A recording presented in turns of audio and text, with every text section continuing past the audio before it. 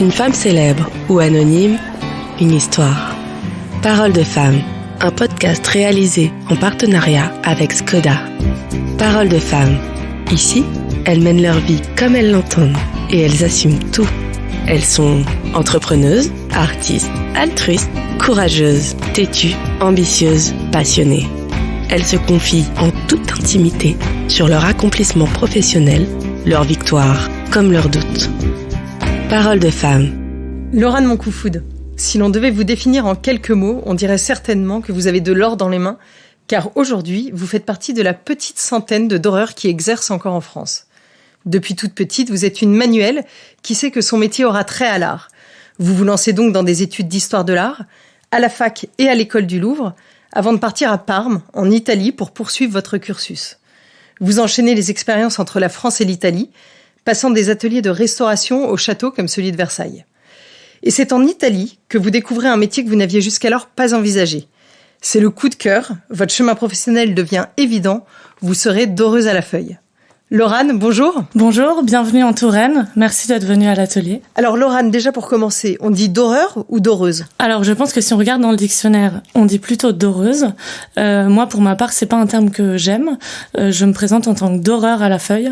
Je suis pas forcément fan du fait de féminiser tous les termes professionnels. Donc pour moi, doreur, ça me va bien. Comment est-ce qu'on passe de l'histoire de l'art à la dorure à la feuille ? Comment vous avez découvert ce métier ? Qu'est-ce qui vous a séduite dans cette profession ? Alors j'ai toujours été attirée par l'histoire de l'art et en même temps j'ai toujours eu un attrait énorme pour les métiers manuels. J'ai toujours fait énormément de choses de mes mains depuis que je suis toute petite. Je me suis en fait dirigée pendant mes études d'histoire de l'art naturellement, disons, vers la restauration, puisque c'est en fait le seul métier dans lequel on a le droit de toucher aux œuvres. Donc c'était le métier qui me permettait d'allier le côté manuel et le côté histoire de l'art. Initialement, vous dirigiez donc plus vers la restauration de tableaux et puis soudain, vous partez vers la dorure à la feuille. Pourquoi ? Alors parce qu'en fait, c'est au cours d'un stage. Donc j'ai fait une année d'études en Italie, à Parme, paradis des historiens de l'art. Et au cours d'un stage dans un atelier de restauration de tableaux, intervenait cette semaine-là un doreur à la feuille qui venait restaurer les cadres. Et là, en fait, j'ai eu en quelque sorte le déclic. D'une part, le côté magique de la feuille d'or, la matière. Et ensuite, en fait, j'ai réalisé que le côté 3D du métier de doreur me convenait davantage que la 2D dans lequel on est restreint avec la restauration des tableaux. En plus, le métier de doreur me permettait une plus grande variété d'interventions puisqu'on peut travailler sur du contemporain, sur des dorures extérieures, des dorures intérieures, du mobilier 17e comme une œuvre d'art du 20e. Donc voilà, c'est ce côté-là qui m'a davantage charmée. Et ce qui est intéressant sur la dorure à la feuille, c'est que c'est un savoir-faire très ancien qui remonte à l'Égypte antique. On voit les premières traces sur des sarcophages de certains pharaons. Cette technique n'a pas bougé depuis le XVIe siècle et c'est toujours la même que vous utilisez. Est-ce que vous pouvez nous expliquer comment vous procédez pour restaurer un tableau, par exemple ? Alors oui, en effet, c'est une technique excessivement ancienne et c'est un des rares métiers qui n'a absolument pas changé.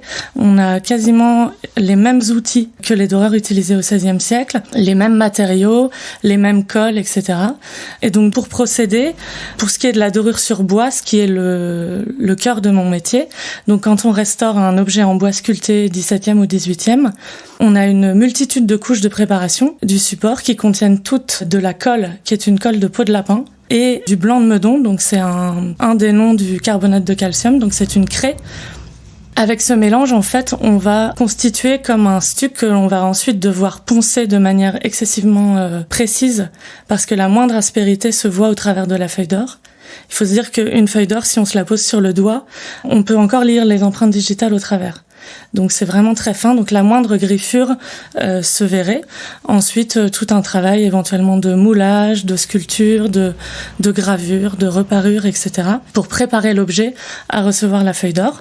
Ensuite, on va arriver à la dernière étape avant la pose de la feuille d'or. On va recouvrir donc cette surface de stuc d'une couche d'assiette à dorer, qui est un mélange d'argile et toujours de colle de peau de lapin. Et c'est sur cette surface qu'on va venir poser la feuille. On parle de dorure à la détrempe, c'est-à-dire qu'on va littéralement détremper la surface qu'on souhaite dorer. Et la feuille, en fait, dès qu'on va l'approcher de l'eau, va être comme happée par l'humidité et elle va se plaquer automatiquement là où on a mis de l'eau. Elle va ensuite en fait tenir de manière durable grâce à toutes les épaisseurs de colle qu'on a posées dans les 15 couches de préparation successives. En fait, on a exactement la même action quand on détrempe la surface que quand on lèche un timbre. On réactive en fait le collagène qui est contenu dans toutes les sous-couches. Je vous vois souvent faire un geste, vous frottez un pinceau sur votre joue. Oui, alors là, c'est en effet le geste qui intrigue tout le monde. En fait, on peut pas toucher la feuille d'or avec les doigts parce que notre peau est naturellement recouverte de gras. Et donc, on va utiliser ce gras, en quelque sorte, pour nous aider à poser la feuille. On passe donc la palette à dorer, qui est un pinceau plat, sur la joue. D'une certaine manière, on le graisse. Il va permettre d'accrocher la feuille quand on va l'approcher. Et d'ailleurs, ces feuilles, elles viennent d'où ? Alors malheureusement, depuis quelques années, depuis 2-3 ans je crois, le seul dernier batteur d'or français a fermé ses portes.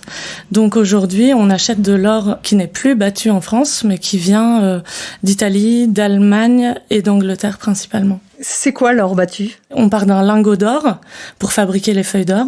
Et l'or battu, en fait, c'est le principe on appelle ça battre l'or en feuilles. Donc le métier, c'est le batteur d'or qui va créer des alliages particuliers pour nous permettre, nous, doreurs, d'avoir un nuancier de feuilles d'or. Un nuancier assez varié, finalement, de teintes d'or que le batteur d'or prépare. On passe de l'or blanc à l'or rose qu'on connaît, l'or vert, l'or rouge, l'or jaune, etc.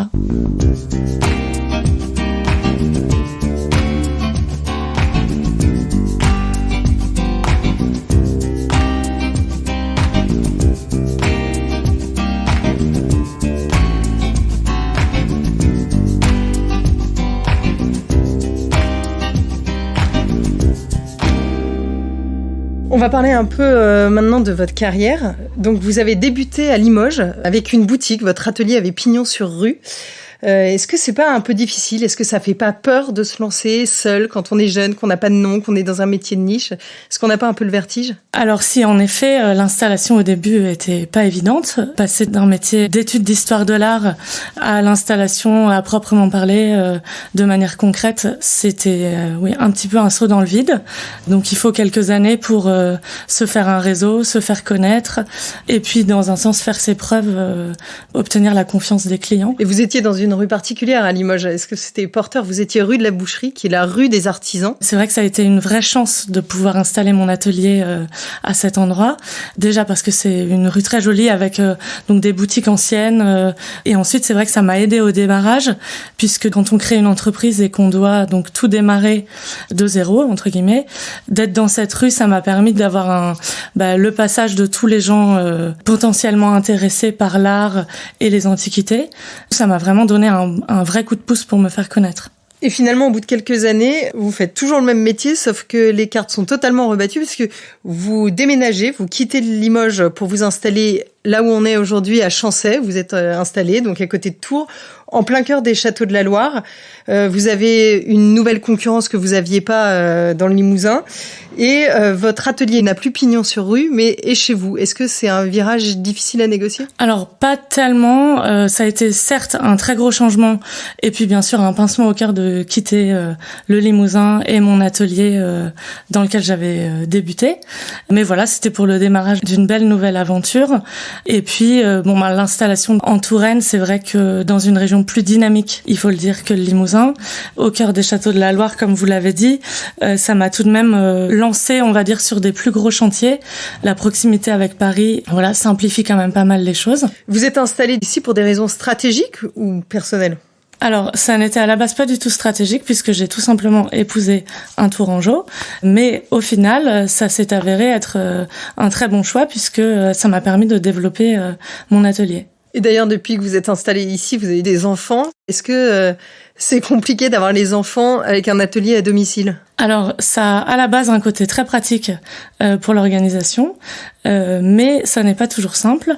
Il faut se préparer à voir les enfants débarquer à tout moment à l'atelier, piquer les outils, utiliser le bac de blanc de Meudon comme un bac à sable, ou bien casser les moulages que vous venez de passer une journée à faire sous prétexte que c'est blanc et moche.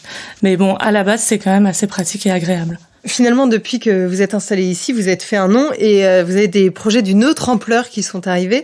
Parce que si on peut croire que les doreurs travaillent uniquement sur des cadres, des miroirs, des baromètres, en fait, vous travaillez également sur du mobilier, comme des chaises, mais aussi sur des monuments historiques. notamment la Samaritaine qui a été votre premier gros chantier. Vous nous racontez ? Alors tout à fait, c'était une grande surprise parce que je n'avais jamais réalisé de chantier de cette ampleur, puisque bon, la Samaritaine c'est quand même un monument. Alors il s'agissait en fait de la dorure de toutes les façades d'un des bâtiments de la Samaritaine, donc des kilomètres de feuilles d'or à poser. Le bâtiment est en fait orné de bandes verticales et horizontales à tous les étages et de cabochons qui ornent toutes les toitures. Donc c'était environ 40 000 feuilles d'or à poser, toutes seules. Donc voilà, c'était un chantier pharaonique, assez stressant. Et puis voilà, la question de est-ce qu'on est légitime pour assurer ce genre de chantier, etc. Mais c'était le grand tremplin pour partir sur des chantiers d'une autre envergure et sortir de l'atelier. Et la particularité, c'est que quand vous travaillez sur la Samaritaine, vous êtes enceinte. Oui, alors ça c'était un challenge supplémentaire.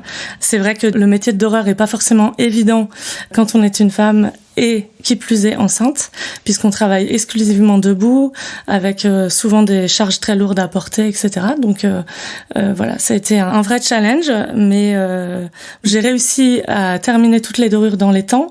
Mon seul regret, ce sera juste de ne pas avoir pu monter sur les échafaudages pour faire les retouches et pouvoir voir voilà mes dorures montées sur la Samaritaine, puisque j'ai tout fait en atelier et je devais simplement monter tout en haut, faire les retouches, et j'ai pas pu le faire. Est-ce que les pans à restaurer sont démontés ? Vous travaillez en atelier et ensuite ils sont remontés ? Oui, en fait, toutes les rambardes en acier étaient démontées, traitées dans une entreprise de traitement de surface à Tours.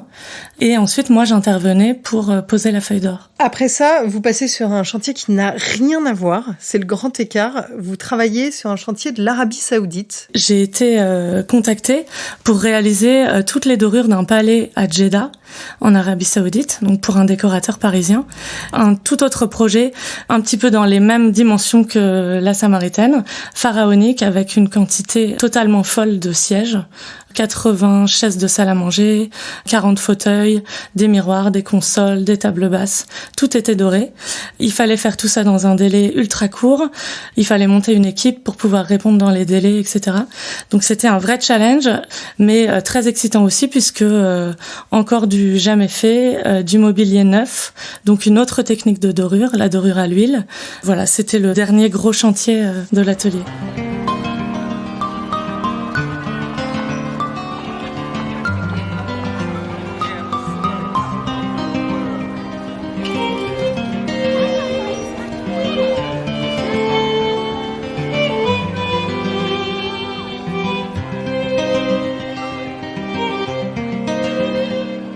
En parallèle de ces chantiers, vous continuez à exposer sur des salons. Et cette année, vous avez eu la surprise de recevoir sur votre stand du Salon international du patrimoine Brigitte Macron et Stéphane Bern. Oui, tout à fait. Alors j'étais très déçue parce que je ne faisais pas partie de la visite officielle de la délégation. Et finalement, en passant devant mon stand, Brigitte Macron a tourné la tête. Elle a visiblement un attrait pour la feuille d'or puisqu'elle s'est essayée à la pose de la feuille d'or lorsque des doreurs interviennent à l'Élysée. Donc on a eu l'occasion d'échanger quelques mots. Et elle était accompagnée par Stéphane Bern. Je suis ses émissions depuis des années. Et j'ai eu l'occasion d'échanger quelques mots avec lui au sujet du mobilier d'argent du Salon d'Argent, puisqu'il me soutenait qu'ils étaient dorés à l'argent, alors que je lui soutenais qu'ils étaient dorés à l'or blanc, puisque sinon ils se seraient oxydés. Donc ça a été plutôt amusant pour moi de pouvoir tenir un petit peu tête à Stéphane Bern, qui m'avait appris tellement de choses depuis des années. Alors, c'est pas vous qui travaillez sur ce chantier. Peut-être qu'un jour vous travaillerez à l'Élysée, mais vous avez d'autres projets. Vous avez travaillé sur d'autres monuments historiques cette année. Oui, alors je viens de commencer un nouveau projet pour la chapelle royale du château d'Amboise, la chapelle Saint-Hubert, qui est en cours de restauration. Et donc là, je suis en train de préparer des échantillons pour dorer en fait tous les ornements de toiture en plomb et en cuivre qui ornent le toit de la chapelle.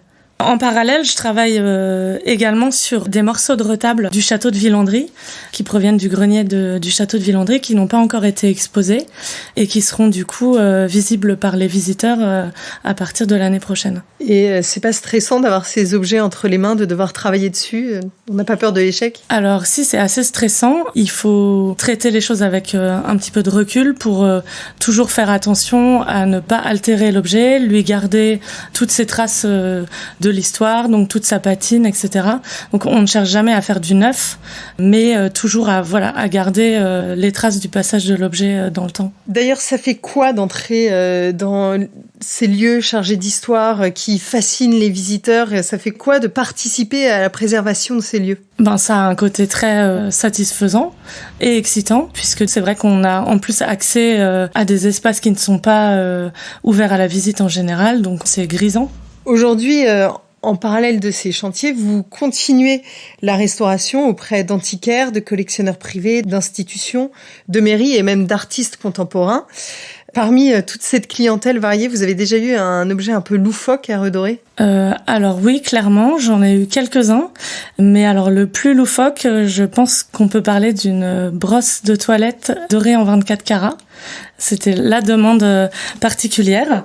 Après, dans un tout autre genre, lors du salon du patrimoine l'année dernière, donc qui accueille normalement quand même des clients assez sérieux, on m'a demandé de dorer des coquilles d'escargots vivants. Le client trouvait ça très poétique de voir des escargots dorés à la feuille se promener dans son jardin. Ça nous a valu un petit fou rire avec mes voisins de stand.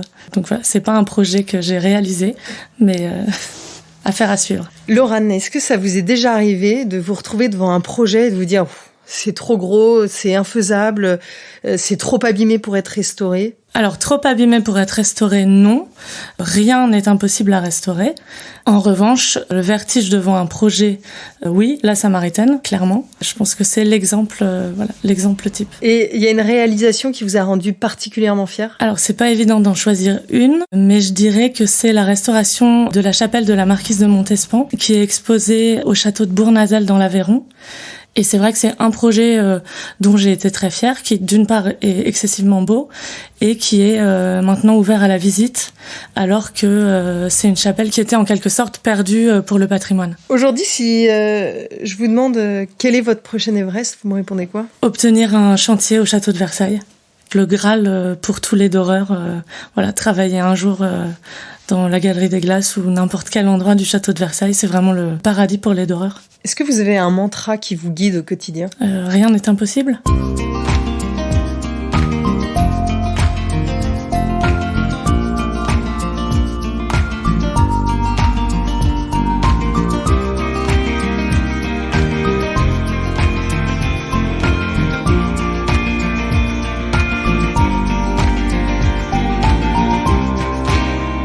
On va partir un peu dans un de mes sujets de prédilection qui est l'automobile, parce que je crois que dans votre métier, vous avez besoin de la voiture assez régulièrement. Alors, c'est moi qui réalise toutes les livraisons, tous les trajets pour aller chercher les œuvres.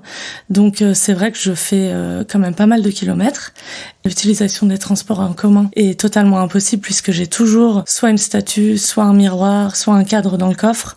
Je suis obligée de prendre ma voiture. Justement, l'automobile est en pleine transition écologique.